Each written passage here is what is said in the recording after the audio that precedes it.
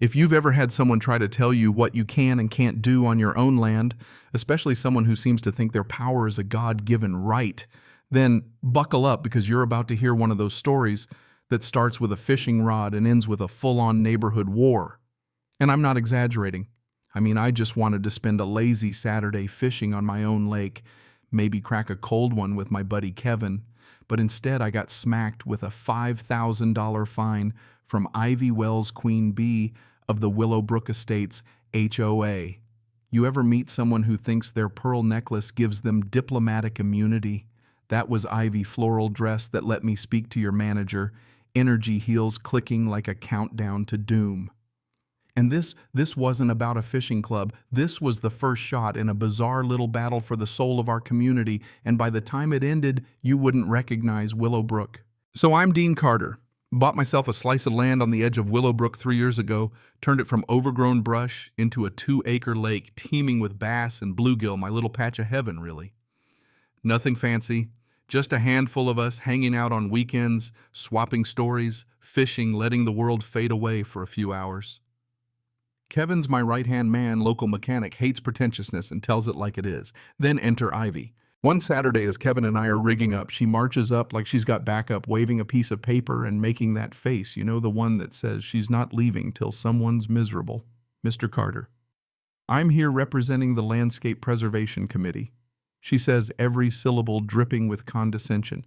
We've had complaints about your little fishing club. This sort of unauthorized activity is creating an eyesore, muddying the water, upsetting families. I couldn't help myself. I just stared. Ma'am, this is my property, my fish, my lake. How is fishing here hurting anyone? But Ivy's got her drama down to an art. She pulls out this document, points to Section 12E, something about environmental integrity and needing committee approval. Your club was never approved, and you're turning our beautiful neighborhood into a fishing camp. I swear she said fishing camp like she was accusing me of running a meth lab. Kevin just lost it, snorting behind me, but Ivy didn't even blink, hands me the fine like she's the sheriff in some bad western. Pay $5,000 in 30 days or we'll pursue legal action. And then she was gone, heels clicking all the way back up the path. That was just the start. Ivy started some campaign flyers, neighborhood emails going door to door with this story about how I was endangering the kids, lowering property values, you name it. She even stuck no fishing signs around my lake on my property without so much as asking. When I confronted her, she just gave me that fake smile. I'm just protecting the community, Dean. Maybe if you cared about your neighbors, you'd understand. Kevin had a few words about that, none of them printable. I'll admit for a minute I started to wonder if I was the crazy one. I sat out on the porch that night watching the moon on the water, thinking about Ivy's tactics, and realized this wasn't about fishing. It felt like she was after something else, and I wasn't about to let her win without a fight. So I dug into my paperwork, double-checked my deed, pored over the HOA's own rules, and that's when I found it. My property, as it turns out, was classified as private agricultural land, completely excluded from HOA jurisdiction. Ivy's fine, totally bogus. Didn't even apply. Game on. Next morning, I showed up at the HOA office with a folder full of receipts, bylaws, and a letter telling them exactly where they could stick their fine. A few hours later, Ivy called, voice like an ice cube. You're being difficult, Mr. Carter. Your new fine is $10,000 for continued violation. And now she's accusing me of running a commercial operation, claiming people are paying me to fish, which is absolute garbage. She's doubling down and doesn't care about the truth. Kevin's fuming, but he has an idea. He brings in Claire Harris, works for County Environmental Services, sharp as a tack. Claire's dealt with Ivy before. Turns out last year Ivy tried to force her into approving a tennis court on protected wetland. Claire denied her. Ivy threatened her job, and now, surprise, surprise, Ivy's got her eyes on my lake for some other community improvement. But Claire's got a trick up her sleeve: register as a private wildlife conservation area, and the HOA loses all power over you. We draw up plans, plant more native grasses, log every fish and bird, install signs, the works. Over the next week, I become a one-man conservation project with Claire guiding me and Kevin hauling lumber for new fences. And here's the twist. While reviewing footage for my new trail cams, I catch Ivy in all her finery, sneaking around my lake, yanking up conservation markers, trampling restoration zones. She's literally destroying the habitat she claims to be defending. The cameras don't lie. So when Ivy posts a video in the neighborhood group claiming I'm overfishing, showing edited clips of me catching fish, I hit back with the footage of her trespassing, time-stamped crystal clear. Suddenly, neighbors are asking questions. That support Ivy had gone in a flash. We throw up a fence slap on the conservation area signs, and that just sends Ivy over the edge. She comes storming down. "You can't do this," she shrieks. "Actually, Ivy, I can," I say, not even bothering to hide my grin.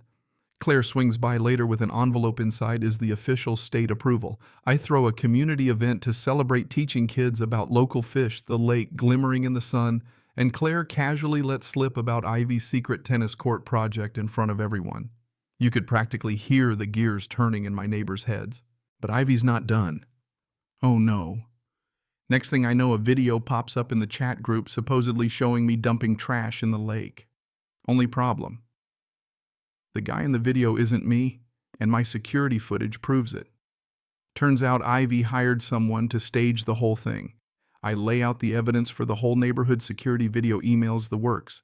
It's a train wreck for Ivy. Then the cherry on top, Claire produces photos of Ivy throwing a huge 4th of July party right on the lake, beer and barbecue kids splashing around, no permits, violating every regulation she's accused me of breaking. I tip off the local news, who jump at the story. HOA president caught sabotaging conservation efforts and lying to the community. Ivy, desperate, tries one last stunt, caught on camera again, pulling up my conservation signs in the dead of night. This time the state agents show up, and when I show them the footage, they recognize Ivy immediately. Tampering with environmental signage is a federal offense, and she's caught red-handed. Within days, the investigation uncovers everything. Ivy's been working with developers behind the scenes, planning to force me out, buy my land cheap, and turn it into a gated community. She even used the HOA email to orchestrate the whole thing. When the news breaks, neighbors are furious. The board calls an emergency meeting, and I lay out every bit of evidence: fines, videos, emails, the real estate scheme. Ivy gets arrested right in front of her house, and within weeks pleads guilty to fraud and conspiracy. The developers get swept up too. The aftermath: the HOA gets gutted, all bogus fines are refunded, and I get a state grant, 15 grand, to turn my lake into a permanent conservation education center. Kevin and Claire help me build trails, set up wildlife watching stations, even an outdoor classroom for local kids. Every weekend, families come to fish, learn, and just enjoy what we've built together, not because someone forced us. Ivy moves away in disgrace, her old house sold to a family with twins who love living next to the water. On quiet evenings, I sit by the lake with my friends, watching the sun dip below the trees, listening to the laughter of kids learning to fish for the first time, and I know we did something right. This fight was never about fishing, not really. It was about protecting what matters, about standing up to bullies who hide behind rules, and about building something that lasts longer than any one person's power trip. So if you're dealing with an HOA tyrant, don't give up, document everything, learn your rights, and never let anyone take your peace away without a fight.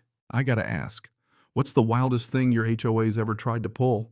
Drop a comment, let's swap some stories, because you better believe in places like Willowbrook, the next wild tale is always just around the corner.